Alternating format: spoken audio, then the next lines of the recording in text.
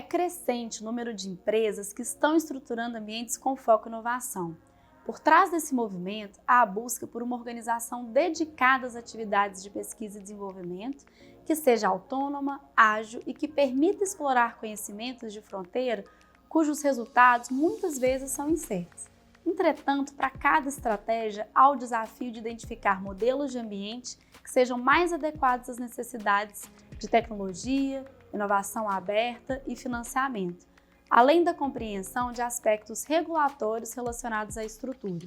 A inovação aberta demanda alguns mecanismos que vão agilizar e evitar desacordos que comprometeriam um bom relacionamento de parcerias e os resultados dos projetos de inovação.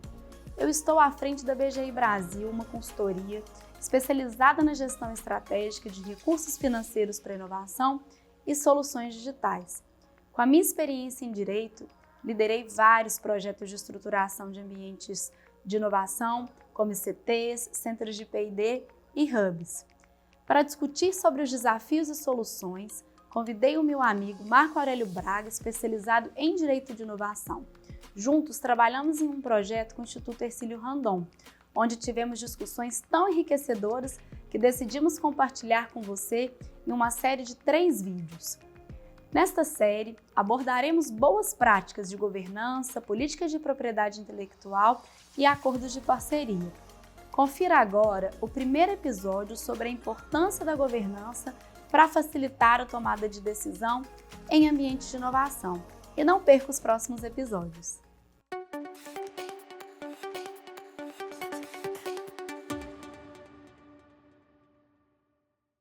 A gente começa o episódio de hoje nesse lugar lindo que é Mercê, que pertence ao meu colega, amigo Marco Aurélio Braga, especializado em Direito de Inovação. E a ideia hoje, Marco, é a gente conversar um pouco sobre estruturação de ambiente de inovação, mas olhando muito a parte de governança.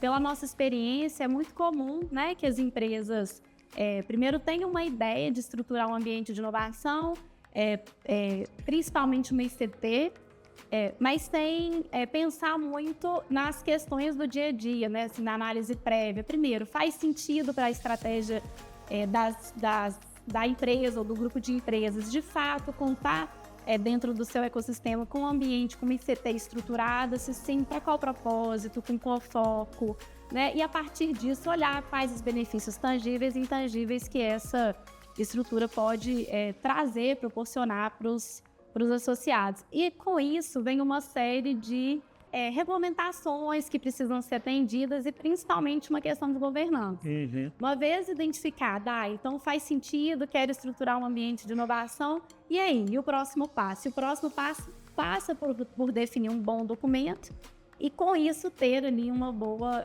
governança estruturada.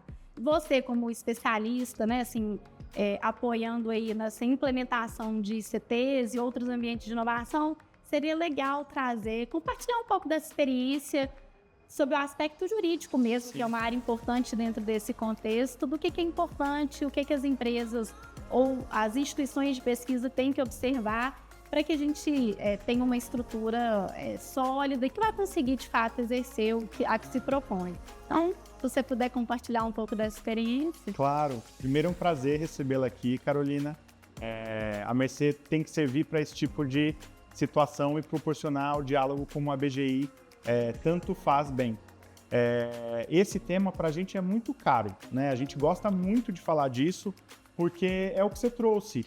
Quando a gente fala de governança para inovação ou de pensar numa nova estrutura para desenvolver aquilo que o grupo ou já fazia ou está pensando em melhorar e dar outra robustez para os projetos de inovação, é muito comum que as empresas queiram começar pelo fim. Fala assim, então eu vou melhorar, eu vou mudar isso aqui, eu vou fazer uma ICT, eu vou criar um hub, ele já busca a resposta final. Mas, como você bem colocou, o problema está nas perguntas que a gente precisa fazer e quais são as respostas que essas perguntas vão dar para aí sim eu conseguir estabelecer que instrumento, se de fato eu vou usar uma ICT, se eu vou criar um departamento dentro da empresa, como eu vou me relacionar com projetos de fomento, né?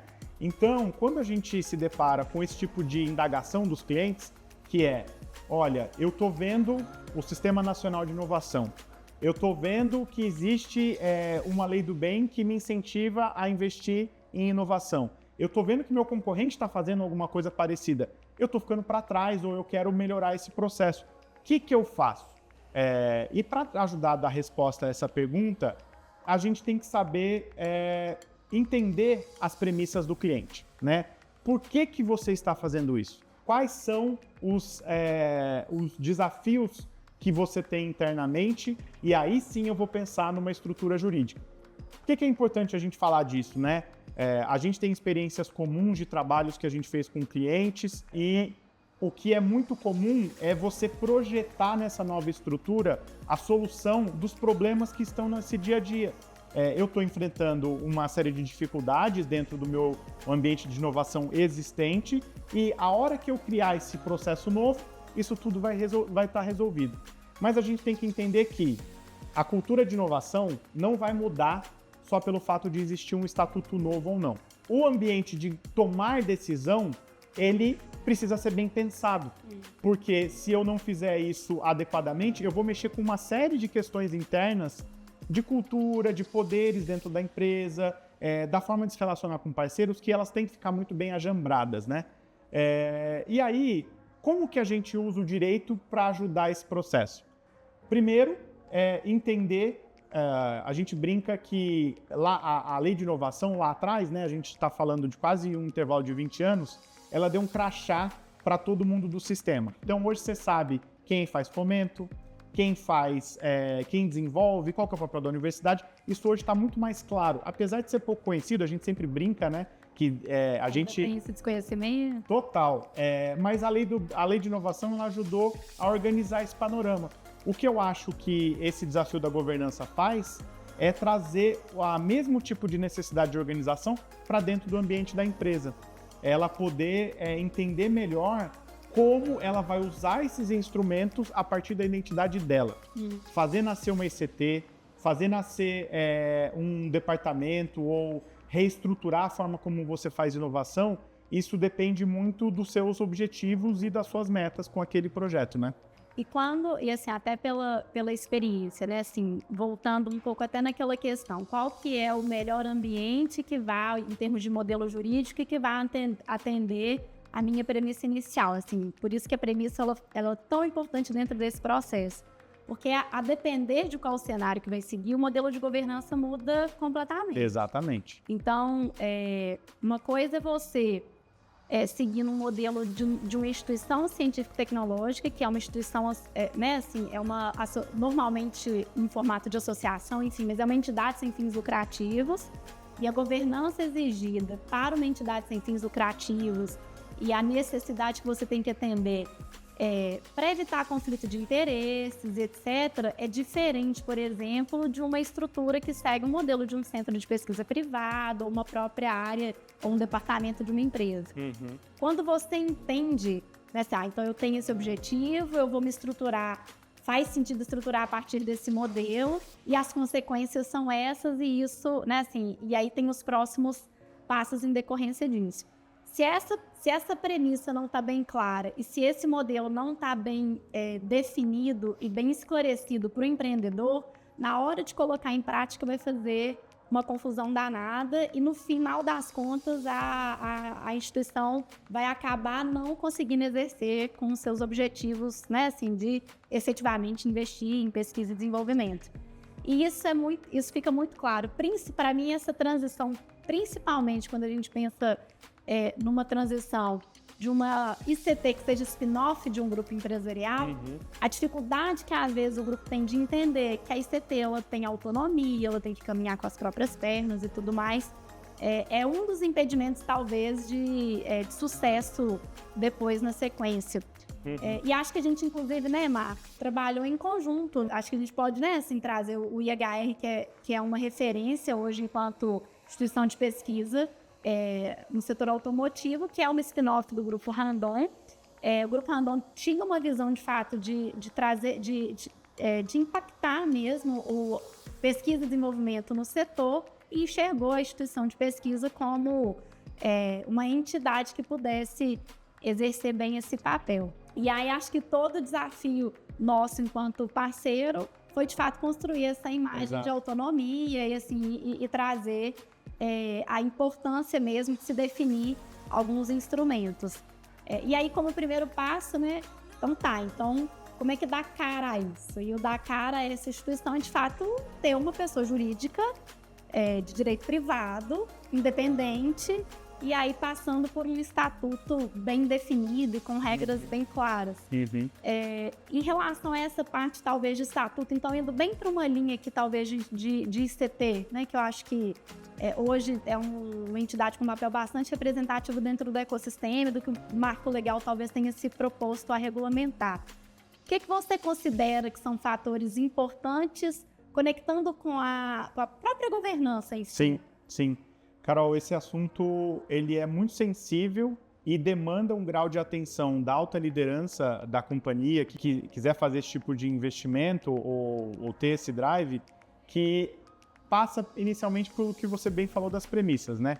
Estabelecida bem a premissa, o que o Estatuto vai fazer é tão somente operacionalizar essa premissa. Então, dentro do que a gente está falando, do que a Randon fez, eles entenderam que era fundamental fazer uma distinção daquilo que era pesquisa disruptiva, ou inovação disruptiva, das inovações incrementais que eram feitas nas unidades do grupo. E a inovação disruptiva, ela, para a iniciativa deles, demandava um arranjo próprio, porque o grau de risco é diferente, né?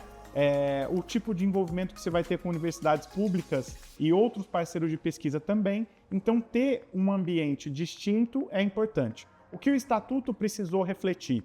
Primeiro, uma decisão que se tem de fazer o que a gente chama, né, ICT aberta ou uma ICT fechada.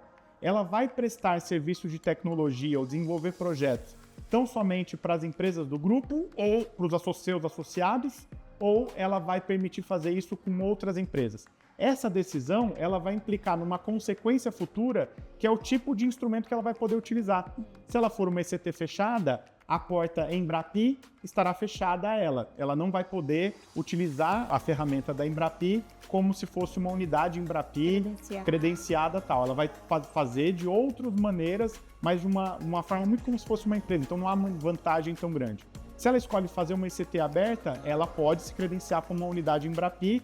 E aí, a alta direção vai ter que sopesar que tipo de projeto ou qual é o grau de envolvimento de fazer inovação aberta, inovação fechada, e tudo isso é um desafio.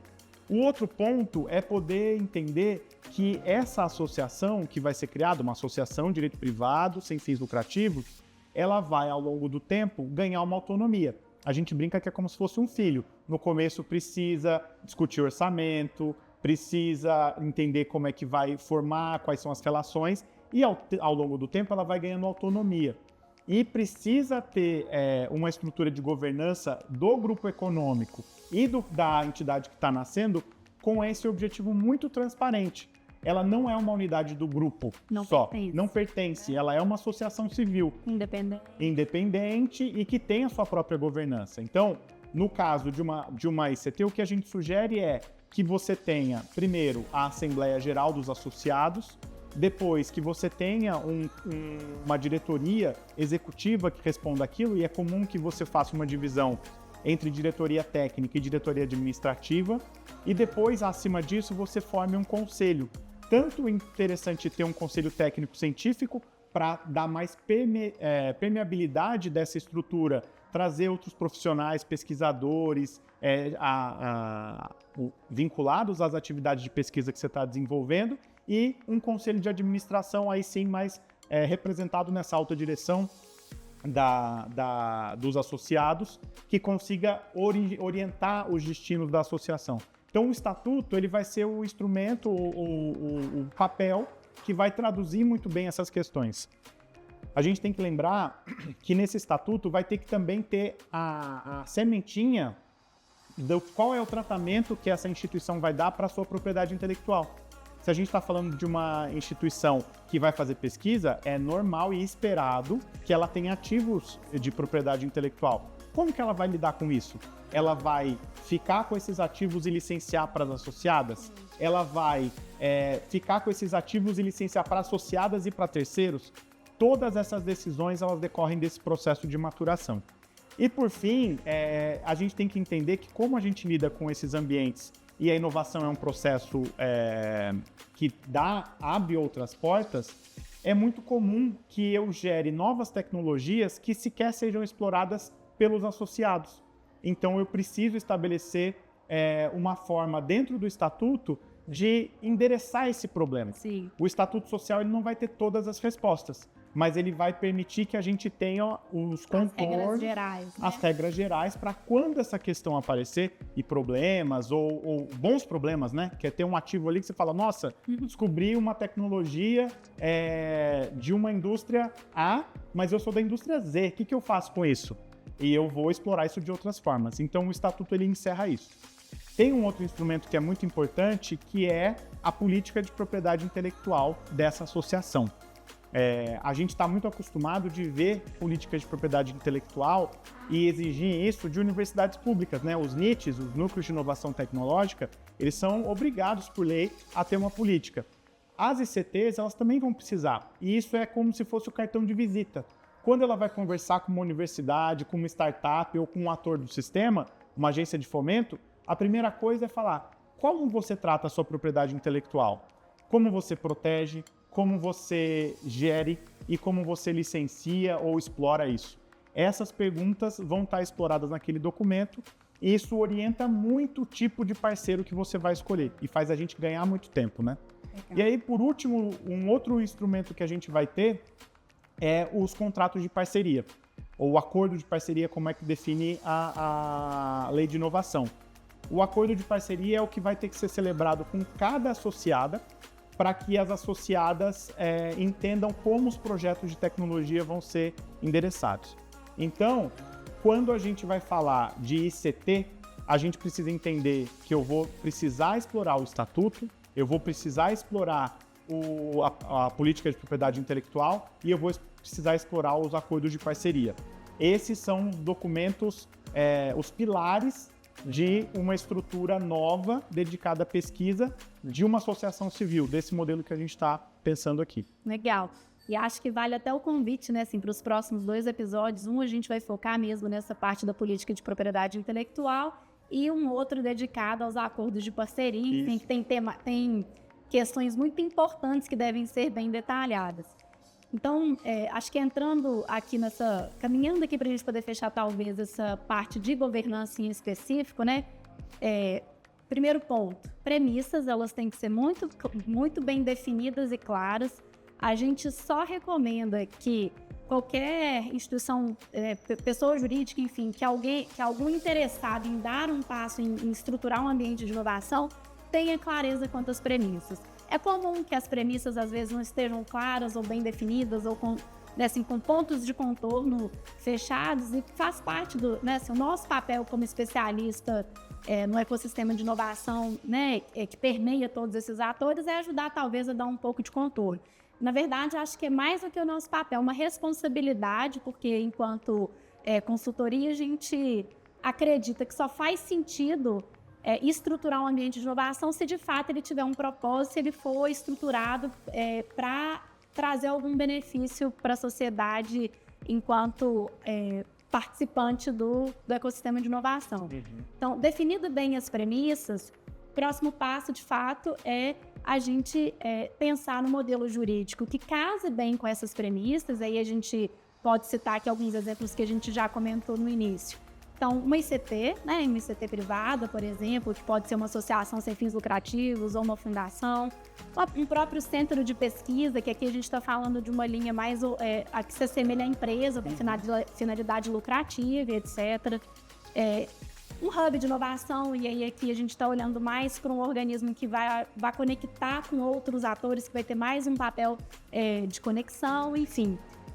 E é entendido, né, qual o modelo jurídico, aí de fato avaliar a viabilidade técnica e financeira, né, assim, para que essa entidade cumpra com esse papel de maneira sustentável. Quando eu falo de maneira sustentável, tendo uma equipe que tenha conhecimento para poder colocar em prática, para colocar de pé essa estratégia, ter fontes de receita, né, assim, que de fato farão com que entidade ela tenha superávit, no caso de uma associação, ou tenha lucro, né? Assim, se for seguir um modelo mais de centro de P&D, e tenha autonomia.